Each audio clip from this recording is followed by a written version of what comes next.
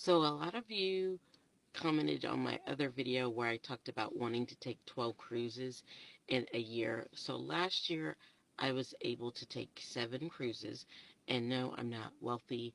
I'm sure many of you can guess how I'm able to do that, and that is cruise casino offers. So last year I did not make it into Casino Royale until November. So none of the cruises that I took last year were because I was in Casino Royale. So I paid for a cruise in January. I paid for a spring break cruise with my family.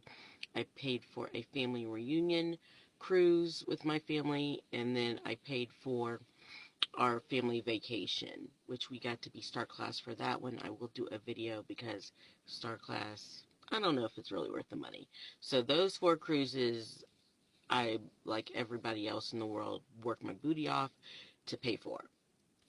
And then the other cruises, one cruise in May, my good friend had someone pull out of a cruise and asked me last second if I would go.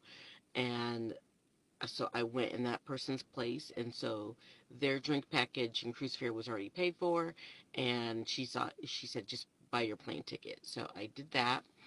Um, so basically just the cost of a plane ticket for that one for myself. And then in October, I went on a girls' trip with my friends, and my sister, who is in Casino Royale, was able to add me onto that trip because I originally wasn't going because I had booked all these other cruises and couldn't afford it.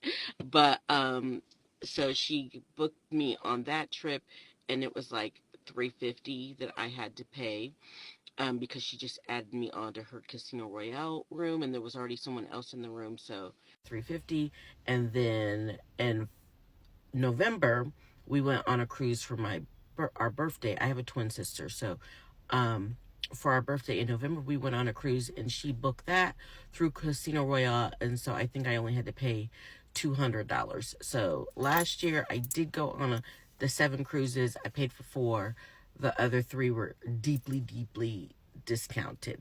I do live in central Indiana, so we have to fly to whatever cruise port because nothing ports out of Indiana. Um, and so I use my Southwest credit card, my points on that to book flights. That's why I'm such a Southwest nan, but I might have to switch. Now this year, the 2 cruises that I have gone on in January and February were both free. I just needed to pay port fees and taxes. So in January, I went on Wonder of the Seas. And then in February, I went on Quantum of the Seas. And those were both Casino Royale offers from me making it into the Casino Royale. So I'm able to on so many cruises because my sister's in Casino Royale, so I can go with her. But also, I'm in Casino Royale myself now, so I can use my offers too.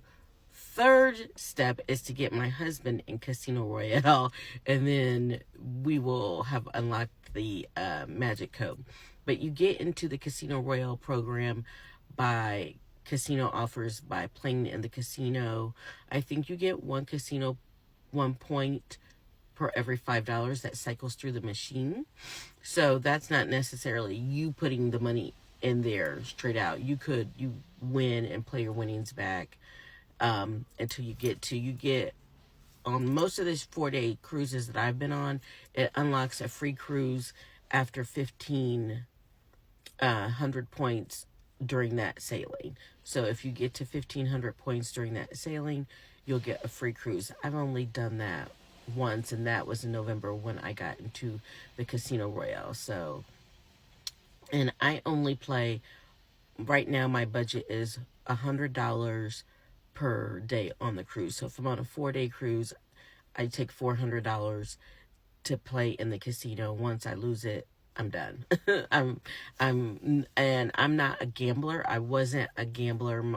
I'm not a casino girly until I watched YouTube videos on this. So I'm not a casino girly, but I am a cruise girly. And I'm like, if I can unlock deals and free cruise rooms by playing a little bit in the casino, like for instance, to get into Casino Royale on that November cruise is when I made it in to unlock that $1,500 points. I think gambled $600, so I went over my budget, but that was just because the casino host was like, oh, you're so many points away from getting a free cruise. So with that $600, then I've since taken two free cruises. You have to pay port fees and taxes with my Casino Royale offers. And like I said, I didn't take a cruise in March.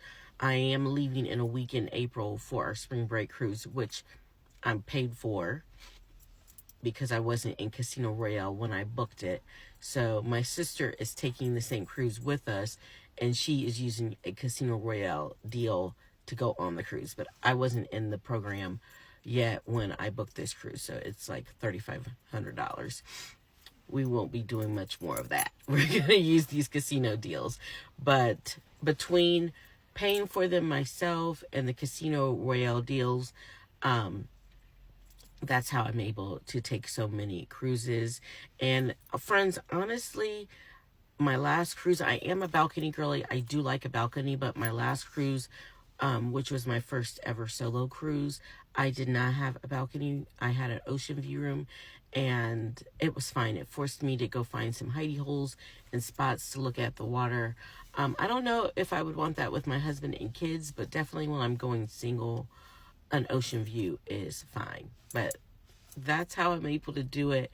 And in my regular life, yes, I do work a job, and I just try to save money and be very conscientious and aware of what I'm spending money on so that I can save and not really splurge that much in my day-to-day life. Although I do have a coffee issue.